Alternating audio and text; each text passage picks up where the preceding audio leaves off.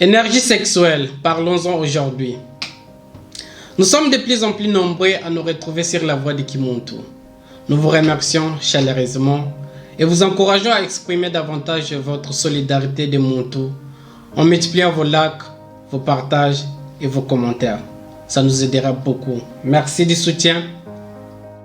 Hello à tous, Mbote, je suis Mbutangi Zulu et si vous êtes nouveau, sachez qu'ici, nous cheminons à travers des valeurs et des connaissances ancestrales qui nous permettent de mieux concevoir nos capacités dans leurs aspects spirituels et énergétiques. Alors je dis spirituel parce que c'est une conception plus consciente et plus respectueuse de l'existence. Et énergétique parce que la bonne maîtrise de nos actions est essentielle à notre équilibre vital. Avoir une plus haute estime de ces aspects de nous-mêmes est une sagesse qui modifie notre environnement, notre santé et notre devenir.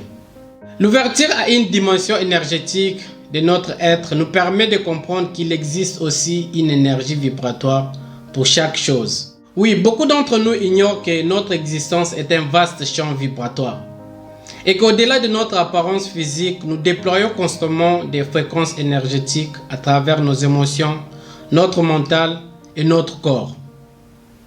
Lorsque nous sommes conscients que l'énergie s'exprime à travers toutes choses, nous comprenons l'importance qu'il y a à mieux entretenir et à préserver notre propre énergie, y compris dans notre vie de couple. Prendre conscience de nos différentes interactions énergétiques, c'est aussi bien choisir son ou sa partenaire. Car dans une relation amoureuse et à travers les différents échanges du quotidien, les partenaires s'imprègnent mutuellement de leurs énergies. Et parmi tous les échanges qu'il y a à avoir dans un couple, la fréquence vibratoire de l'énergie sexuelle est considérée comme étant la plus précieuse et la plus élevée. Nos ancêtres percevaient la sexualité comme un acte sacré qui exprime hautement l'énergie créatrice du divin en soi.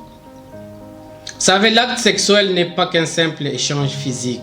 C'est aussi un transfert énergétique, émotionnel et spirituel qui contribue à la modification de notre taux vibratoire. C'est la raison pour laquelle nous devons considérer l'aspect précieux de cette énergie.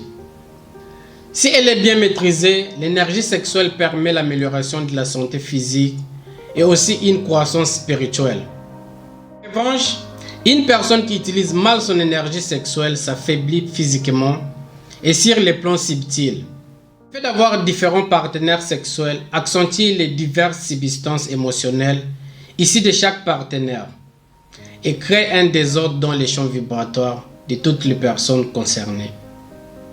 Les femmes et les hommes doivent être vigilants car l'énergie sexuelle mal canalisée se perd et se gaspille au détriment d'une bonne santé physique, émotionnelle et spirituelle. Une sexualité respectueuse et équilibrée soutient un taux vibratoire élevé. Et à l'inverse, une sexualité qui ne se base sur aucun principe moral et spirituel diminue les taux vibratoires. Rappelez-vous que nous avons tous le pouvoir de transformer notre fréquence vibratoire. Si nous devenons conscients de notre propre énergie, nous saurons aborder la vie avec sagesse et honorer pleinement notre énergie vitale. En prenant conscience de ces failles, chaque personne peut modifier ses comportements et améliorer sa destinée. Honorons l'énergie, respectons la vie et guérissons le monde. Moi je vous dis, Siama Tatamana Nunga.